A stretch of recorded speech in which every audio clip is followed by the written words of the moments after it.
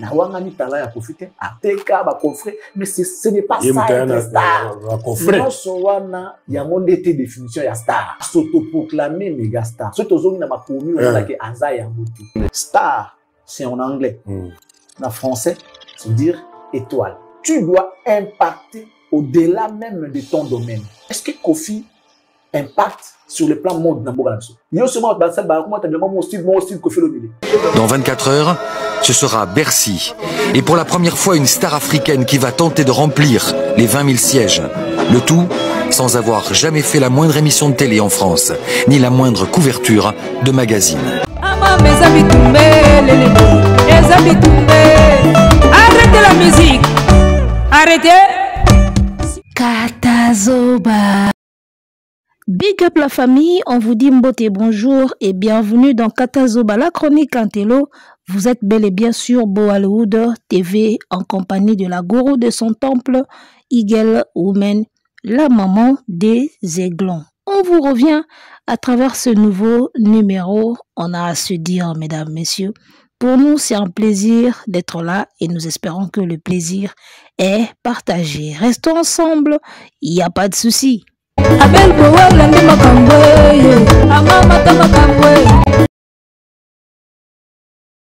On en avait déjà parlé, on revient encore une fois de plus là-dessus. Pourquoi? Parce que le besoin s'est imposé. D'accord? Tolobela est déjà sujet Oyo, Yakistar Oyo, Tozongi Lisusu wana lelo. Et pourquoi Tozongi wana? Eh bien parce que Monsieur Charlie Prince s'est décidé de revenir là-dessus. Alors, on a déjà qui vient aux Zonga. Et on a qui a aux Zonga sous. Parce qu'il y a on dit ma défaite té. Et à l'obi qui Kofi a starté. À l'obi qui a évité ceux qui babenga Kofi star na ba TV ya ba mindele. A yo qui siko vidéo et bimi. Ba définition à qui star et bimi. A qu'on dit ma défaite té. Moi, je savais qu'il va revenir. Ouais, je savais qu'il vient aux Zonga. Azongi suna dossier wana ya star et ngape nazongi lisusu pour te éclaircir ka opinion et ana défaut nanga moko na yeba makasi parmi mes défauts nalinga moi tembe moi trop et puis nalinga comme ça likambu tina suka et nabi ke za moi défaut et oza pe qualité mais ezaka pe moi défaut ko pe oza qualité nalinga tembete ngamo na muta tembe nalinga sko tembete nalinga tembete na eloko eza clair o izo monana nalinga te batela ngo tembe so muta ocha tembe na eloko o eza clair na yaka na zonga kati to komisa ngo na suka na défaut wana peut-être pona ana mongo na ebite et on dirait eza elo mo eza côté na biso ba ana mongo naninga oke na tembeti na suka to suki sango. Ngaza bongo. Alors, je n'ai rien contre mon vieux Charlie Prince à vieux nanga mais neba ki ozonga. Ya onga pe na zongi su na sujet o. Omoni makambo yo ve obimisanga mabe pa ba warrior pamba. Oyinisanga pa ba warrior pamba. Nazo risqué nabi maloro la défenseuse ya Kofi. Alors que Kofi a batune de ba défendarai. Mwana mwasi mo wazaka na brazawa na batunai. Na sujet o na risqué nabi mandé Kofi a foutinga pona défendre. Nazo risqué nabi maloro la chroniqueuse ya Kofi. Alors que non, je ne le suis pas.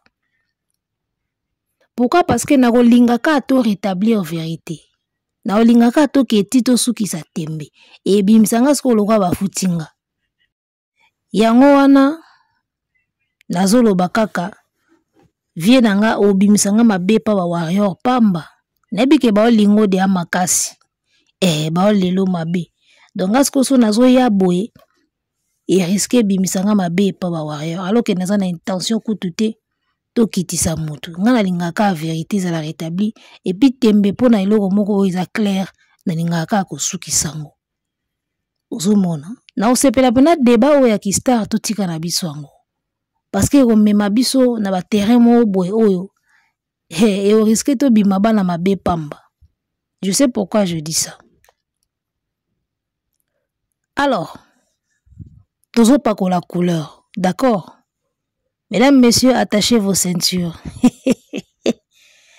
On va suivre la première vidéo. Tolandango, Bomo Mesano, ngana zonga gana petit langi. Langi ne tombera jamais, langi encore et toujours, couleur ne tombera jamais. Suivons la vidéo et moi je vous reviens après. Français, nous qui n'a pas belé, bah tout ça nous comprendre. C'est une manière nous faut définir star ou on a bah nous va comprendre parce que comme si nous définir en français bah nous va comprendre. Mais quand on a ndenge moko maniola ngo to bango na lingala bien. Qui pas comprendre bien. To que na ba traduction. To que na traduction. Star c'est en anglais. En français, ça veut dire étoile. D'accord? Étoile. Bon, on prend juste l'exemple d'étoile pour définir ce que représente réellement étoile en moi. Pourquoi on va appeler quelqu'un étoile? Étoile est à l'icolo déjà. Tu vois, le fait d'être l'icolo, ça veut dire qu'il est au-dessus de tout le monde. Et de deux, hormis le fait qu'il soit seulement étoile, ça a un impact oyo à osala na bato ba otala yango. Étoile est à l'icolo, oza parce que oza na plateau au mona yango. Mutana Braza, à mon amour. Mutana Angola, à mon même étoile wana. Mutana partout, à mon même étoile wana. Là où ça brille. Ça veut dire quoi en rapport avec la vie des artistes ou encore des stars, des célébrités? Tu dois impacter au-delà même de ton domaine. Tu dois normalement avoir de l'influence même au-delà de ton domaine respectif. Tu es chanteur, oui. Mais pour que tu sois star, il faut que tu impactes même ceux-là qui ne s'occupe pas de la musique. Faut nous cas, na babilo musus au koki ko impacter ou encore ko influencer. Yem sanga to kesiko parce que babilo ko tambola permettre la musique ezali mode, ezali babilo to keka ata na mode. Est-ce que Kofi impacte sur le plan mode na mboka biso? Non. Voilà. Est-ce que Kofi impacte na niveau ya mode? Na mboka na biso, Jimmy Kole Chalobi, non. Nzambe, mambo analyse oyo, pardon. Alors, émission oyo, to bandana on ebandelia. Émission oyo ebandaki wapi? Ebandaki Charlie Prince alobi na yebite soki na ba TV, na ba media mindele basi babenga Kofi Star. To fouiller, to moni ke babenga Star. Deuxième émission, version échangée. Au star, il faut impacter. Bon, tobo ite. Tozongi na définition ya star. Na sepeli ndenge à définir star, étoile. Une star veut dire étoile na français. Étoile ezaka likolo, bato nyonso batala yango likolo, ebriaka, engengaka. Malgré ba étoile nyonso engengaka ndenge moko te. Il y a des étoiles plus lumineuses que d'autres. Il y a d'autres étoiles moins lumineuses. Place aux asos au télé hôtel likolo au remarqué ango. So ba étoile ebimé hôtel likolo au remarqué ango. Ba étoile nyo se pelaka na intensité moko te. Mais n'empêche que toutes eza ba étoile. Nyo se zaka ba étoile. Engenga ndenge moko te mais nyo so ebengami ba étoile et puis nyo se zalaka na likolo. D'accord? Exemple on appelle si j'ai aimé, eza bien. Mais soko koti na définition ya star qui veut dire célèbre, célèbre qui veut dire très connu. Ndenge totangaki yango na Google. Au moins que Charlie Prince abakisi ba élément na ye na kati ya définition. Impact wana ozoloba eza na kati ya définition ya ki star te, ni na kati ya définition ya célèbre, ni na définition ya na côté ya très connu. Tozongelaka image wana ya Google pour totala ngo bien. Voilà, ba capture na biso ya définition yangoyo. Otali kuna star. Star ba komi nini? Une personne célèbre. Une personne très célèbre. Star. Personne très célèbre. Bati très célèbre. Étoile. Ba komi sous personne très en vue. Une star, personne célèbre très en vue. Toyena célèbre. Ba komi célèbre très connu. Côté célèbre, bah commis très connu. Côté star, bah commis célèbre, qui est très en vue. Na ba définition nyonso mibale oyo ya na place moko te bakomi impact. Donc déjà côté définition abakisi ba mona ye. Ozo comprendre que soto ke na définition osati ke vie na biso abakisi ba mona ye na kati ya définition ya star na célèbre. Abakisi ba mona ye o ye moko ayebi. O impact, il doit impacter, il doit être influent. Nyonso wana toyebi que une star normalement il faut impacter, il faut azala influent. D'accord? Mais eza la définition ya star te, ya pe na définition ya célèbre te. Wana skonga benga ngo komi ba échappatoire. Moni, déjà côté définition, toi tu nous parlais de star. Mo wana star. Olobaki oyebite soki ba benga Kofi Star. Totali ba video, tomoni ba benga Kofi Star. Olongwe na star, olongwe na définition ya star, célèbre, oye na biso na impact. Oye na biso na influence. Bon, toboite. Tondimi. Une star doit impacter, doit influencer. Tokende sko na domaine ya ko impacter na ya ko influencer. Olobi Kofi Olomide nano a influença mode moko te ba jeune balati, balata lokola Kofi, bakata suki lokola Kofi, nano asala ngote. D'accord? Kofi asala ngote, a impacta batu na style te, ou balata lokola ye bakata suki lokola ye. Kofi asala ngote, wana ndenge yo lobi. Alors, soki ezo zanga Kofi, élément ya kolatisa batu bilamba lokola ye, kokatisa batu suki lokola ye. Soki yango ndeza ba élément o ezozanga na Kofi po akoma star ya solo. En tout cas ngana oyebisa yo ke il faut revoir ta façon de voir. Pourquoi? Parce que tozongaka na vidéo ya Kumba Gaolo. Vidéo ya Michel Drucker. Naibte so de na supprimer yango pour espace total annonce tozanango. Voilà, la moni sous vidéo en côté, je crois, na supprimé qui en pour na gotika espace. Je fais tellement d'émissions que na supprimé ma vidéo ou déjà na utilisé pour na tika espace pour na ba émission mon sous quota. Mais n'empêche, tout ce que la vidéo en na émission et les kaki, biso tout en na motu. Alors, sur le plateau télé de Michel Drucker, bazo présenter Kofi, balbi on devrait le connaître.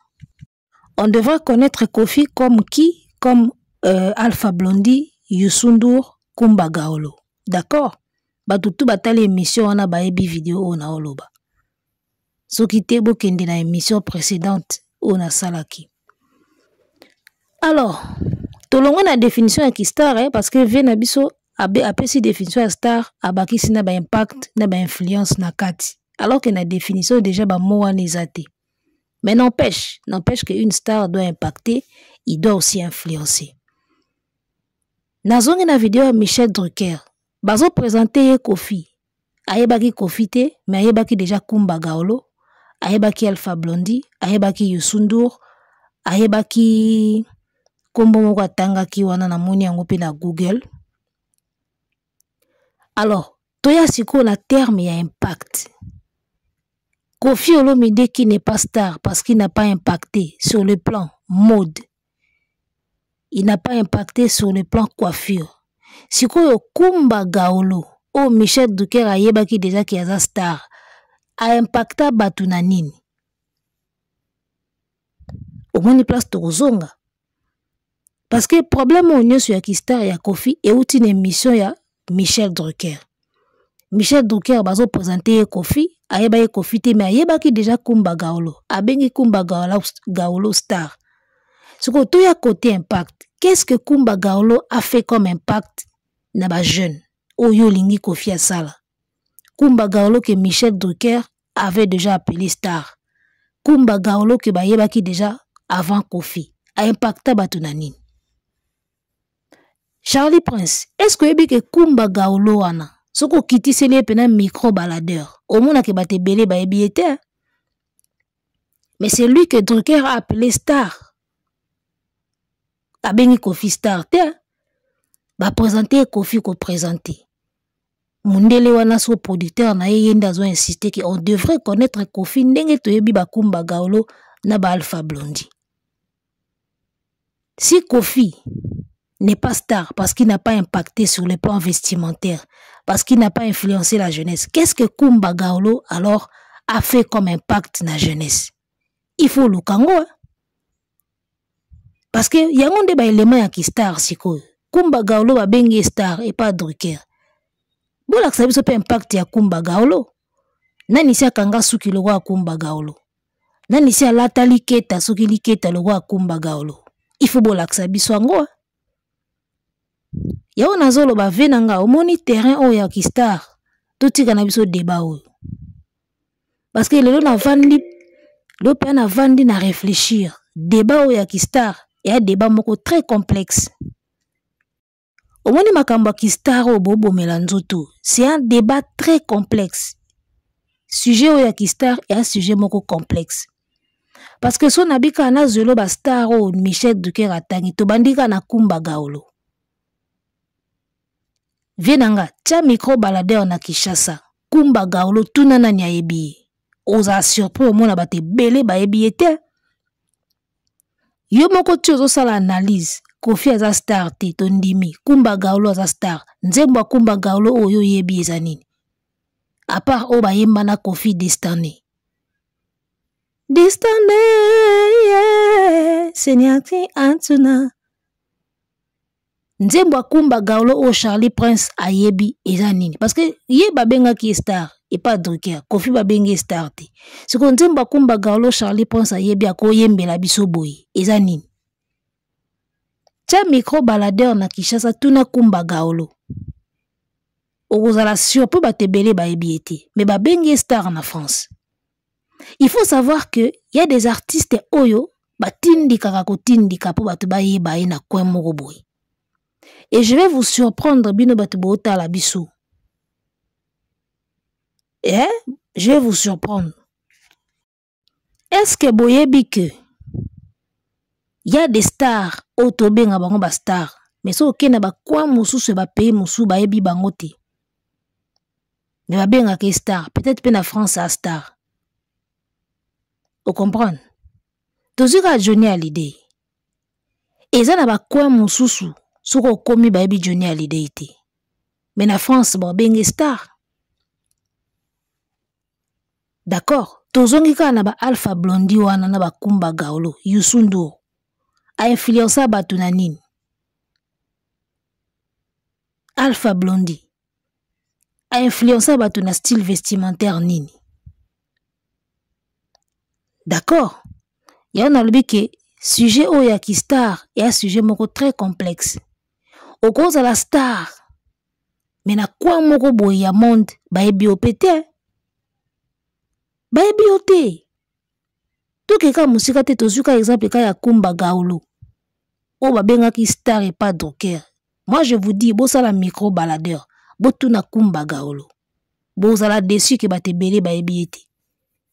Surtout moi encore banzembu na ye. Moi encore banzembu na ye. Myriam Makeba. Ça c'est une superstar. Mama Africa. Ozomona. So Kumba Gawlo ba bengi star na poto, mais tout na Kumba Gawlo na micro baladeur, tout na banzemba Kumba Gawlo, muto ayebi yango azate. Na yo moko sala analyse na ndimite ko yebi banzemba Kumba Gawlo. Ozomona, yon a lobi terrain o ya ki star, eza terrain moko très complexe. Il y a de ce contrée, il y a de ce pays. Oh, soki artiste moko ba benga ka star ake, au moins bi batu ba oleka ye boy ba yebi ete. Il y a toujours des coins comme ça où les kabaïbi au pété. Moi, je parie qu'il y a des coins où il fallait à commis, bah tu vas reconnaître été. Il y a des coins, il y a des continents, il y a des pays où il fallait à commis, il faut pas présenter.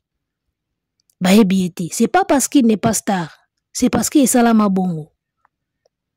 Johnny Hallyday pareil, Kumba Gawlo pareil.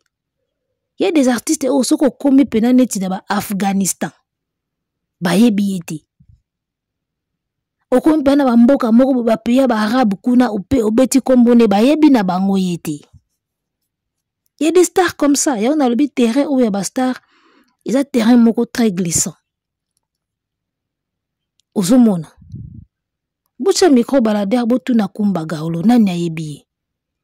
Na sali recherche moko na Google avant na sali émission Oyo. Parce que Charlie pense à lui Kofi n'a jamais été certifié. C'est vrai. Kumba Gawlo azwa moi disque de platine nae, à peine disque d'or nae. Mais nani ayebi banzemboni. C'est ça. Tout ça la micro baladeur en Afrique centrale. Tout na Kumba Gawlo en Afrique centrale. Tout na Kofi en Afrique centrale. Au moins la différence. Alors, à ce sujet, ngai analyse nanga na sali ezaka ke au cause la star ya niveau nini. Au cause la star ya niveau ya ki star ezaka na kwa moko monde ba oyeba oti. Et on eza réflexion nga na sali. Au cause la superstar, extraterrestre star. Ozaka na kwa moko boya mukili ba oyeba oti. So komi kuna fa ba présenter yo. So komi kuna ba tal na bango yo normal boy. Omoni, mais tout ces bazaka siko na majorité. Ce qui est déjà sur les 54 pays d'Afrique, 50 pays baebio. On peut dire que c'est bon. D'accord? Quel que soit le niveau ya ki star muta ko manango, ezaka na kwa mo baebiete. Toujours, ezaka na kwa mo baebiete. Ozomon. Alors awa, ezaba artiste sénégalais ou bazwa disque d'or. Batie bango awa. Ba artiste sénégalais ou bazwa disque d'or nde batie bango awa. Omoni. Batie là-bas Sony ana disque d'or. 3 disques d'or. Ah, jusqu'au Youssou N'Dour ana 2 disques d'or en duo. Youssou N'Dour ana 2 disques d'or en duo. Kumba Gawlo ana disque de platine moko na 2 disques d'or. Kumba Gawlo, disque de platine moko na 2 disques d'or. C'est quand même bien comme récompense. D'accord? Mais entre Kofi na Kumba Gawlo lelo na Afrique centrale, même Afrique de l'Ouest, botu na Kofi, botu na Kumba Gawlo. Et moi je peux déjà parier que Kofi a oyeba na kolekae. Parce que tout le belande qui star. Alors moi il y a un truc que je ne comprends pas. Kumba Gawlo yewana. Pour na ba yebiete. Elle est pas très connue, je peux parier. Alors, ngai loko zoka musanga mwa mukeza débat ebandaki ya ki star. Tokomi na ba récompense, tokomi na ba influence ya ba mode, tokomi na ba impact ya ba coiffure. Mais débat ezaki nano, est-ce que basi babenga Kofi Olomide star na ba TV ya poto? Tout le monde qui babenga star. Même la petite vidéo wana na chi ne bandeli.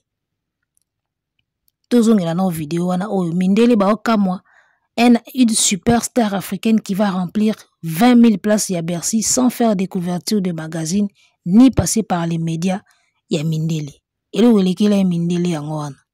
De Kinshasa, ils vivent autour du roi Kofi dans cette salle de répétition. Leur défi, transformer Paris en capitale du Congo une nuit durant.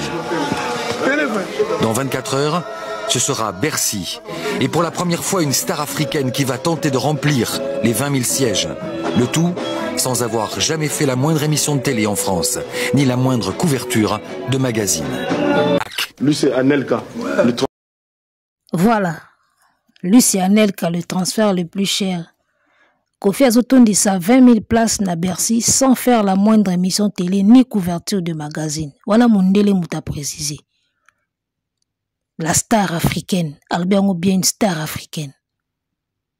Kofi Babenga est star. On a reconnu que c'était une star africaine au même titre que ba Blondie, ba Youssou N'Dour, ba Kumba Gawlo wana. Omoni makambo yo, soki tozondi ma Kofi te, que dans le passé, asala ki pe ba preuve na ye. Et vous allez bien te parce que beaucoup risqué pe batu mususu dans le futur babo ya fali. C'est très dangereux bo se pelate. So bozo nié o Kofi azalaki lelo. Attendez-vous à ce que batu mususu pe ba robo ya fali pe lobi. Et wana siko bo koma na kanda bo silika.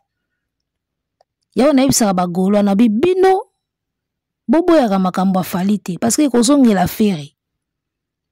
Ba golo bazakaka trophée yango te. Ba nomination yango te.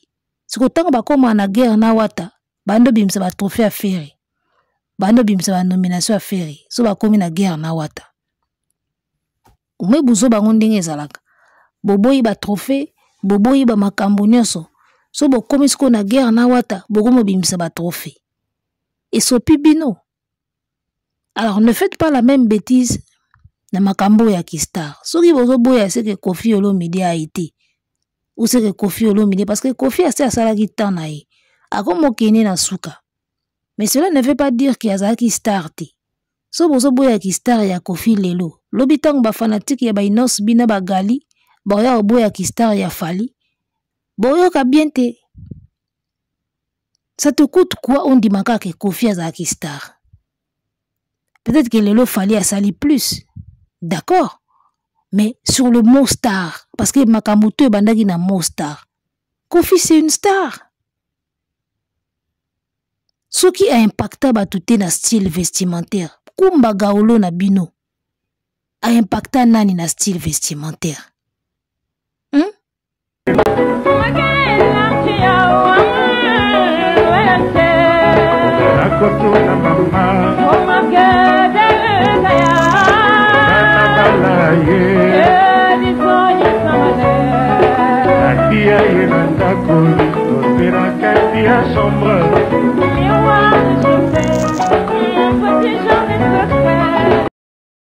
Voilà, Kumba Gawlo invité à Koffi Olomide na Bercy. Baimbi nzembo na bango ya si. Alors moi je trouve injuste kondima. Kistar ya Kumba Gawlo et puis koboya Kistar ya Koffi. Alors que ce botier micro baladeur. Kumba Gawlo Koffi. Eh? Bozo ba réponse na bino. Hein? Bozo ba réponse na bino. Donc voilà, on va suivre une autre vidéo. Et puis, tous on n'a pas la couleur. C'est parti. Nous sommes dans les amis. Nous avons dans la balle ou profiter. Nous avons un peu moutouté autant même temps autant on a journaliste c'était dans 2000 ans on a taba 2000 ans 2001 qui n'ont musique pour rien. En résumé, même si tu es en termes de talent, Koffi n'est pas grand que Fally. Oh, oui. Oui, Koffi n'est pas grand que Fally. Ce qu'il a coûté à Koffi Olomide 44 ans, Fally l'a fait à moins de 20 ans. Au-delà même de Koffi. Koffi a bien sali 48 ans de succès. Ce qu'il a coûté 48 ans de succès à Koffi, Fally l'a fait à moins de 20 ans. Il a bien ça 20 ans. Mais si quoi record il a rendu yango. Ça va ça la paki marathon, batalaka. Timing au mutu abimeli premier. Tant sous na édition yaka premier abimaka na tant sous 1 minute 40 secondes. Mais tout le monde a mis premier na 1 minute 20 secondes. Donc il y a un record par rapport à 1 minute 40 secondes. Ça a coûté 48 ans à Koffi pour faire ce qu'il a fait. Fally à moins de 20 ans à accomplir Marambo tout Koffi a ça la bâtisse na oyaye to bangana. Nombre d'albums Koffi a ça à l'écolo jusque là a accompli. Si quoi le nombre d'albums on a moins belé ba mérite muké. Moins d'albums beaucoup de mérite to bangana. Ba analyse to salaka. Pardon. Charlie pense à bien la tani non il a mbalo wa Koffi. Bon peut-être à la télé il mbalo wa Kumba Gawlo. Peut-être à la télé il mbalo wa Youssou N'Dour. Peut-être à la télé il mbalo wa Alpha Blondy. N'habite. Parce que so yebisinga yemba nzembo Alpha Blondy na yembelo sweet Fanta Diallo. Fanta Diallo. Tant tokola to ki bala mike parmi ba disque au père banda obeta na ndako ba Alpha Blondy bazaki ba Fanta Diallo. Youssou N'Dour na ba banzembo neti. Kumba Gawlo kutu na ye moko yebi na nzembo Kumba Gawlo te. Mais lokola Drucker abenga bango ba star, bango baza ba star ka koleka Koffi to ndima kaka. Ozomona. Alors, tolongwe na makambo ki star lokola mutazulu kakaza na raison amemi biso na ba record. Ba record eza bien.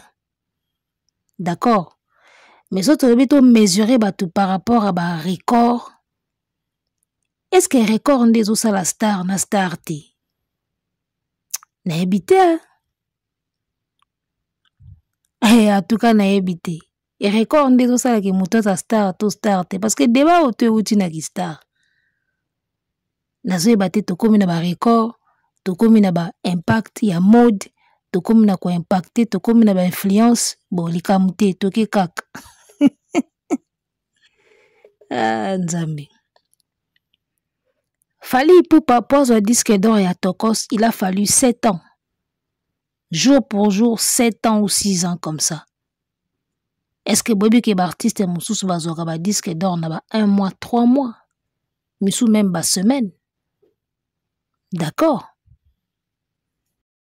Alors, est-ce que Yangonde Egolongo la Fally qui star na ebité?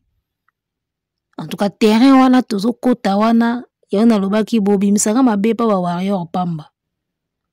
Parce que à un moment, je sens que on commence à mélanger les choses. Tobandi na ki star, to komo kota na ba record. D'accord. Na autour l'axabino a artiste sénégalais au bazo ba disque d'or. On ne pouvait pas savoir en quel temps record bazo ango. Ya Youssou N'Dour, ya Kumba Gaolo. Bazo ango na temps nini ya record. Est-ce que bazo ango na ba 2 semaines, ba 3 mois, ba 1 mois, bazo ango pe na ba 1 an, ba 7 ans, 6 ans. To yebite bazo compter ka ke ba na ba disque d'or. Ozomona. Donc à un moment tout est mélangé. Moi je pense que tout est mélangé. Débat et bandaki qui star, to komi na ba record, ya ba disque, ba récompense, tout ça. Hey, ekwe moi matata. Débat ou ekwe matata, ya on a lobby bozo risqué bobi misanga loko la Kofi a footinga pour la défendre. Alors que rien. Au moni. Donc débat ou ya ki star tout tika na bisongo parce que il a terrain moko, il a trop complexe. Très complexe makasi. Ozomona. Alors, aujourd'hui en termes de réalisation, on avoue que Fally a fait beaucoup que Kofi. Mais il y a un salicté que Kofi a star. Parce qu'il y a insisté que Kofi a star. A star. Fally a réalisé beaucoup que Kofi lelo na ki lelo. Mais l'ongoli Kofi qui starte. Époque n'époque, il y a une vitesse nango. Époque n'époque, il y a une bandingi nango. Et là, je vais rejoindre Yolo Concept. Na yolo roa loba qui soit toujours comparé ba artiste. Il faut to kendaka na ba point par point parce que ba vivant na ba époque mon côté. Et chaque époque makamboza ki ndingi nango. Il y a des époques où les choses étaient lourdes. Et puis il y a des époques où les choses sont devenues un peu légères et ainsi de suite. Ozomona, ba viva époque mon côté. Donc, il faut vraiment tous en amont ba pincette. Alors, pour tout qui n'a reçu qui ça, comportement ya Kofi na plateau ya Papi Mboma, bana wana bayaki kotika ba portrait, il paraît Kofi a lobela ki bango mabe. Alors, Charlie Prince a lobby star à cause de un comportement outé. Donc, kaka po sali bongo elongo lié ki star. Mais c'est faux. Parce que ngana ozo ngaka na débat ya ki star, po nyoso ebanda ki wana. Est-ce que vous savez pourquoi ba célébrité, ba senga bango ba se comporter bien? Parce que bazalaka na influence likolo ya bana, likolo ya jeunesse. Mais ce n'est pas parce qu'une célébrité se comporte mal qui a l'ongwe célèbre, toi l'ongwe star. Biso to mona Drake a soubela trophée et l'ongwe la qui start a soubela trophée. C'est pas un bon exemple. A soubeli pena trophée, mais a l'ongwe start. Combien de stars américaines basalaka n'importe quoi. Mais l'ongwe la bango ba starté, il reste des stars. Ba star américaine n'habite continent nini. Oeleki Amérique na buzoba na monde qui star. Ils font du n'importe quoi. Ils sont pas des modèles. Mais n'empêche que baza ba star. Baza ba star. Basa la kamakamba bien te. Ba se comporta kamabe. Ba bundaka. Ba beta na ba masasi. Baza na ba gang. Mais ça reste des stars. Ozomona. En tout cas, je condamne ba comportement ya ve na biso na ba plateau ba nini ezaka bien te. Tout le monde dans le bango a que ve na biso na ba plateau a se comportera bien te. Nous condamnons cela. Mais yango te longoli star. Est-ce que yo moko tango zolo ba lisolo ya star o comprend no définition ngo ya ki star. Star logo la Madonna. Alongola pena kalbar boy na concert à Boaka. C'est pas des gestes louables, mais ça reste des stars. Ozomona. Donc ceux qui ont ba star ou ba comportement ya mabe na société ou ba l'équipe américain baati. Mais to benga bango ba star, ba to pe ba sepela na bango ba copier ba onka bongo ba télécharger puis ba nzemu na ba onka bongo. Pourquoi être très dur avec Kofi? Moi, je n'apprécie pas tout ce qu'il fait sur les plateaux. Tu vois? Mais, et l'ongolier qui starte. En tout cas, toro l'ongolier qui starte. Pour asalaga makambo asalaga na plateau. Parce qu'il est américain. Ba star américaine. Malgré ba sale comportement na bango. Ba Lil Wayne wana. Ça reste des stars. To longola bango qui starte. Pour ba salaga bleu ba salaga wana. Pourquoi être dur avec Kofi?